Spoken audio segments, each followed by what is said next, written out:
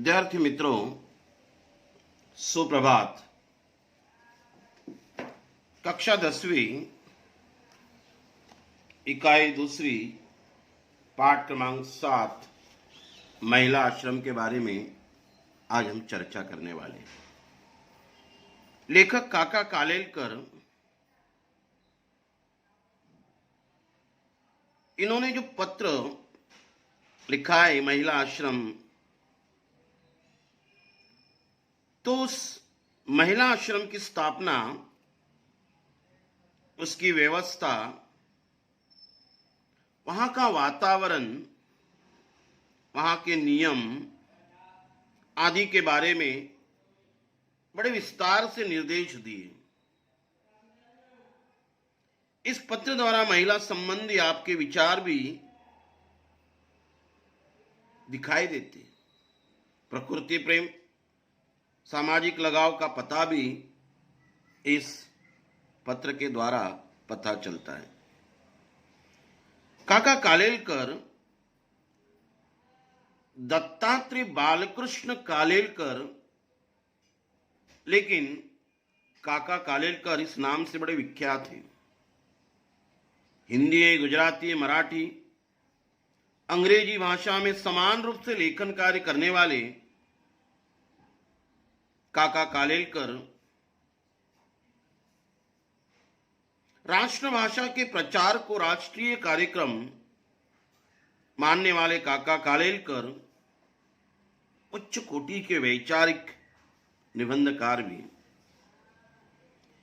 विभिन्न विषयों में तर्कपूर्ण व्याख्या, ये उनकी लेखन शैली है। गांधी के अनुयायी, प्रकृति प्रेम तो इनके निबंध में दिखाई देता है। नदी को तो उन्होंने माता का संबोधन दिया है, गंगा मैया, ऐसा उनका एक निबंध। तो यहां भी उन्होंने पत्र के माध्यम से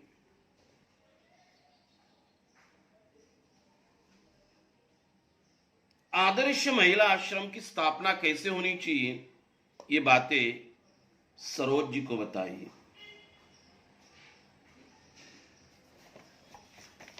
तो महिला आश्रम लेखक के काका कालेलकर क्या कहते हैं?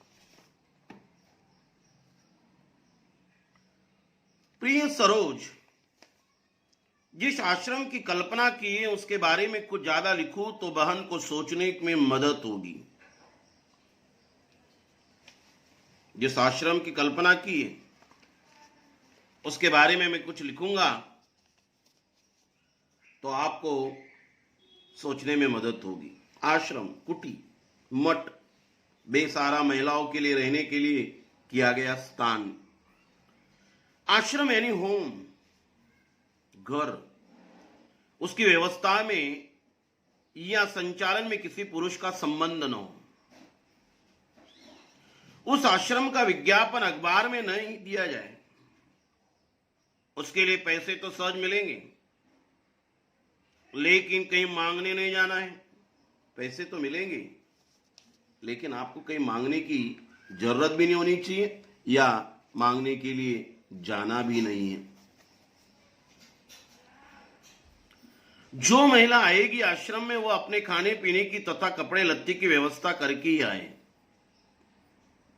वह यदि गरीब है तो उसकी सिफारिश करने वाले लोगों को खर्च की पक्की व्यवस्था करनी चाहिए। जो महिला आपके आश्रम में आएगी वह तो खाने पीने तथा अपने कपड़े लत्ते की व्यवस्था तो करके ही आएगी। यदि एक आदि गरीब है तो उस महिला की जो कोई सिफारिश कर रहा है, उसके बारे में कुछ कह रहा है, सिफारिश का अर्थ होता है किसी के पक्ष में किसी के दूसरे से कुछ कहना, तो वही व्यक्ति उसका खर्च उठाएगा। पूरी पहचान और परिचय के बिना किसी को दाखिल नहीं करना चाहिए। दाखिल हुई कोई भी महिला जब चाहे तब आश्रम छोड़ सकती है। आश्रम को ठीक न लगे तो 1 या 3 महीने का नोटिस देकर किसी को आश्रम से हटा सकता है, लेकिन ऐसा कदम सोच समझ कर ही लेना है। आई हुई महिला जो है आश्रम छोड़ सकती है, लेकिन आप उसको, वह महिला ठीक न लगे तो आप उसको पहले 1 या 3 महीने का नोटिस दिए, फिर आश्रम से उसको हटा सकते। लेकिन ये करने की नौबत जब आएगी तो बड़ा सोच समझ कर ही कदम उठाना चाहिए। आश्रम किसी एक धर्म से चिपका नहीं होता है। चिपकना भी यहां झूठ ना लेना है, कोई विशिष्ट धर्म नहीं होगा वहां, सभी धर्म आश्रम को मान्य होंगे। अतः सामान्य सदाचार, सदाचार यानी अच्छा आचरण, भक्ति तथा सेवा का ही वातावरण रहेगा। आश्रम में स्वावलंबन हो सके उतना ही रखना चाहिए, सादगी का आग्रह होना चाहिए। आरंभ में पढ़ाई या उद्योग की व्यवस्था भले न हो, आरंभ में शुरुआत में पढ़ाई या उद्योग की व्यवस्था भले न हो सके, लेकिन आगे चलकर उपयोगी उद्योग सिखाए जाए। आश्रम में पढ़ाई भी आसानी होगी। आश्रम शिक्षा संस्था नहीं होगी, लेकिन कलह और कुड़न से मुक्त स्वतंत्र वातावरण जहां हो, ऐसा मानवतापूर्ण आश्रय स्थान होगा आपका आश्रम। कुड़न, कुड़न का अर्थ होता है खीज, कलह, विवाद, झगड़ा। तो इससे स्वतंत्रतापूर्ण वातावरण नहीं बन सकता, कभी ऐसी स्थिति रहेगी। आपके आश्रम में शिक्षण संस्था नहीं होगी, लेकिन कलह और कुड़न से तो बिल्कुल नहीं होगी, मुक्त होगा, स्वतंत्रता का वातावरण होगा, मानवतापूर्ण आश्रय स्थान होगा, जहां परेशान महिलाएं बेखटके अपने खर्च से रह सके। बेखटके, अभी बिना किसी संकोच से, निसंकोच आपके आश्रम में रह सके। और जो है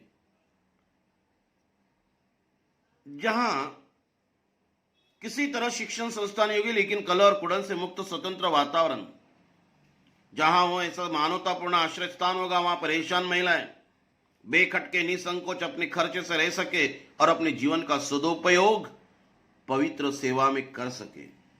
पवित्र, शुद्ध, निर्मल,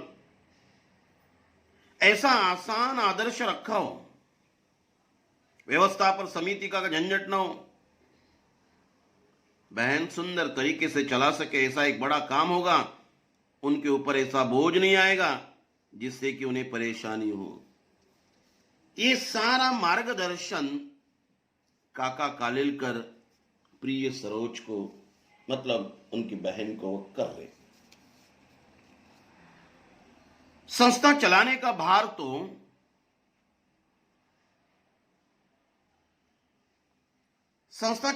भार तो जिम्मेदारी तो आने वाली बहन ही उठा सकेगी,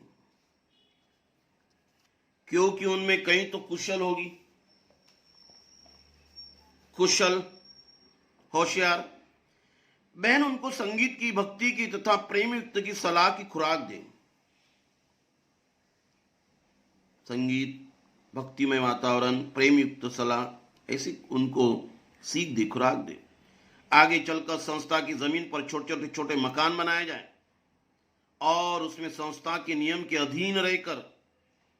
अधीन यानी अंतर्गत रहकर आने वाली महिलाएं 2-2, 4-4 का परिवार चलाएगी। ऐसी संस्थाएं मैंने देखी है, इसीलिए जो बिल्कुल संभव है, बहुत उपयोगी है, ऐसा एक काम मैंने सूचित किया है आपको। इतने वर्ष के बहन के परिचय के बाद उनकी शक्ति, कुशलता और उनकी मर्यादा का ख्याल है मुझे। ख्याल यानी अंदाज है, मर्यादा यानी सीमा। प्रत्यक्ष कोई हिस्सा लिए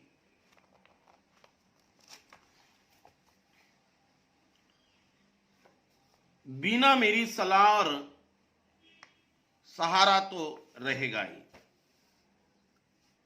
प्रत्यक्ष जो है कोई हिस्सा तो नहीं लूंगा, लेकिन मेरी सलाह और सहारा तो आपको रहेगा ही।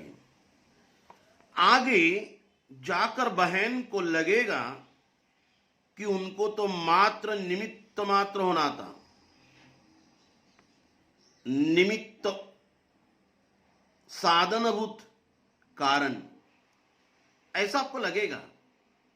संस्था अपने आप चलेगी, आप तो खाली कारण बन जाओगे। समाज में ऐसी संस्था की अत्यंत आवश्यकता है। हमारे समाज में ऐसी जो संस्थाएं, ऐसी संस्थाओं की बहुत ही जरूरत है, आवश्यकता है।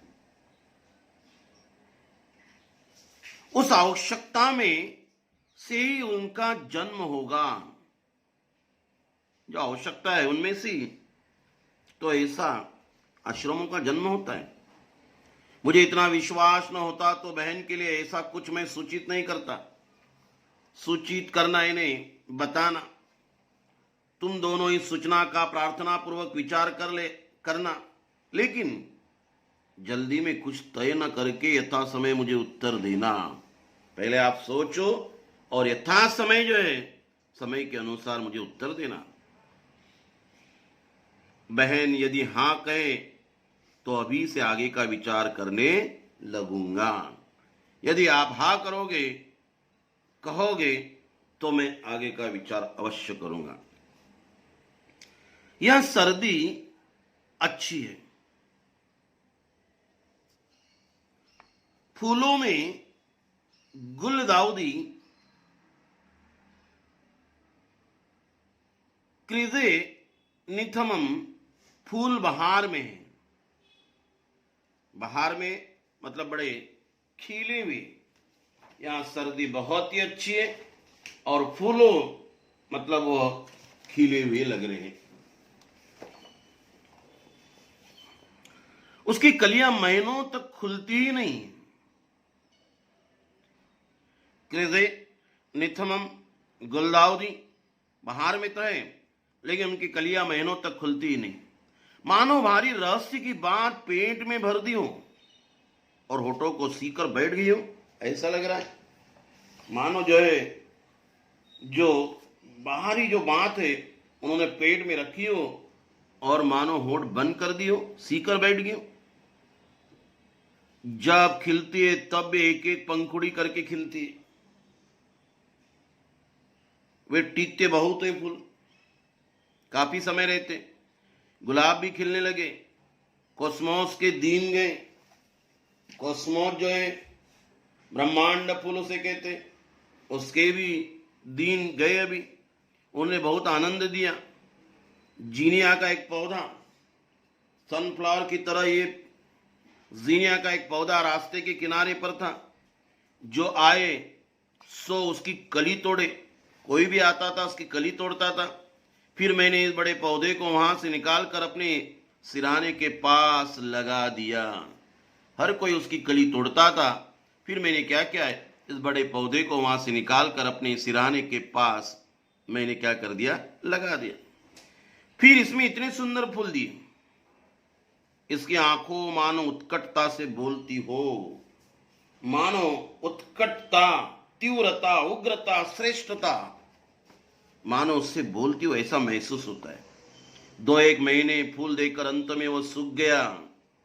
परसों ही मैंने उसे विदा दे दी। तो फूलों के बारे में भी आश्रम के साथ साथ, सूचनाओं के साथ साथ यहां के वातावरण का उन्होंने थोड़ा सा जायजा उनको बता दिया। काका का दोनों को सप्रेम शुभाशीष। गुरुवार 21/12/1944 का ये पत्र लिखा हुआ था। उसके बाद और कुछ आया। प्रिय सरोज,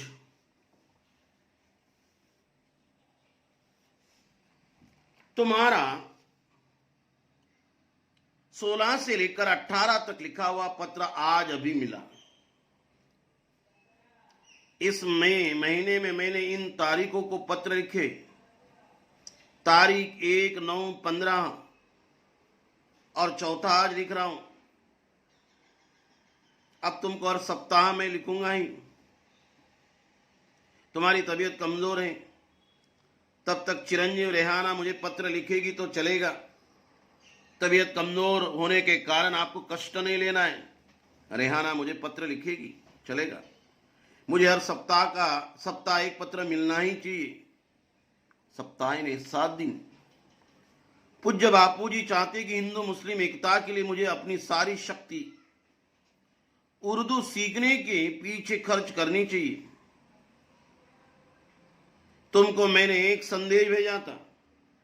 पूज्य बापूजी मोहनदास करमचंद गांधी चाहते हैं कि हिंदू मुस्लिम एकता के लिए मुझे क्या करना है, उर्दू भाषा क्या करनी है, सीखनी है। तुमको मैंने एक संदेश भेजा था कि तुम उर्दू लिखना सीखो, लेकिन अब तो मेरा एक ही संदेश है, पूरा आराम लेकर पूरी तरह ठीक हो जाओ। आपका स्वास्थ्य ठीक नहीं है, दिन ब दिन तुम कमजोर होती जा रही हो, तबीयत खराब है, कमजोर है। उर्दू मैंने एक पत्र भेजा था कि जिसमें कहा था कि तुम्हें उर्दू लिखना सीखना है, लेकिन फिलहाल अभी नहीं। अब तो मेरा एक ही संदेश रहेगा आपको, पूरा आश्रम में आराम करना है, काम नहीं करना है। आराम लेकर पूरी तरह से ठीक हो जाओगी, तभी आपको आगे क्या करना है, उर्दू लिखना पढ़ना सीखना है। तारों के नक्शे बनाने के लिए कंपास बॉक्स भी मंगा कर मैंने रखा, लेकिन अब तक कुछ हो नहीं पाया है। तारों के नक्शे बनाने के लिए कंपास बॉक्स भी मंगा कर मैंने रखा है, लेकिन उस पर अभी कुछ काम नहीं हो पाया है। मैंने अपने फूल के गमले अपने पास से निकाल दिए, सारे क्रोटॉन को ही रहने दिया है। सारे गमले मैंने निकाल दिए, बस सादे जो क्रोटन है उसको ही मैंने क्या किए, रखे। तो ये महिला आश्रम महत्वपूर्ण ये एक घटक है। महिला आश्रम बनाते वक्त कौन सी बातों पर हमें ध्यान देना चाहिए, ये सारा दिशा निर्देश का काम काका कालेलकर ने पत्र के माध्यम से बताया। आश्रम आप चलाती हो तो आश्रम की नियमावली क्या होनी चाहिए,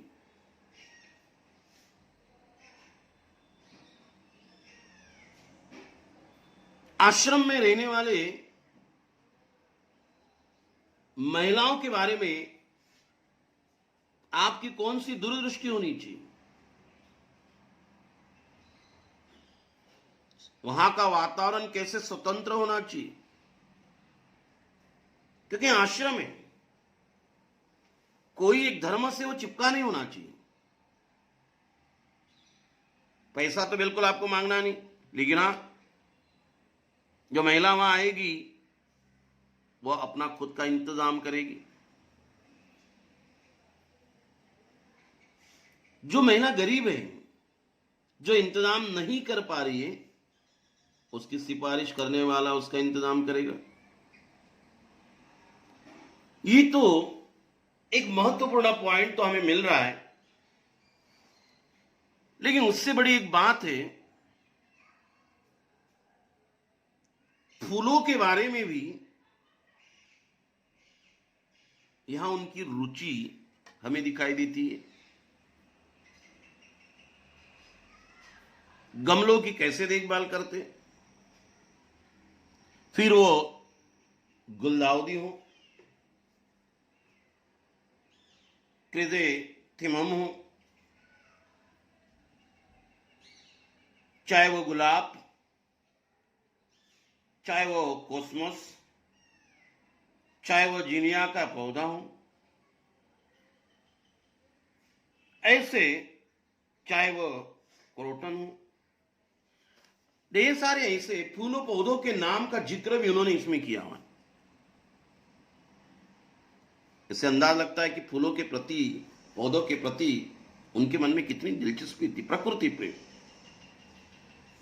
उसके बाद एक अपनत्व का भाव दिखाई देता है कि जब आपका स्वास्थ्य ठीक नहीं है तो आपको काम करने की जरूरत भी नहीं है। जब आपकी कमजोरी दूर हो जाएगी, स्वास्थ्य ठीक हो जाएगा, तब आप काम करोगे, उर्दू सीखोगी। फिर गांधी जी ने मुझे बताया था हिंदू मुस्लिम एकता के लिए मुझे उर्दू सीखनी चाहिए।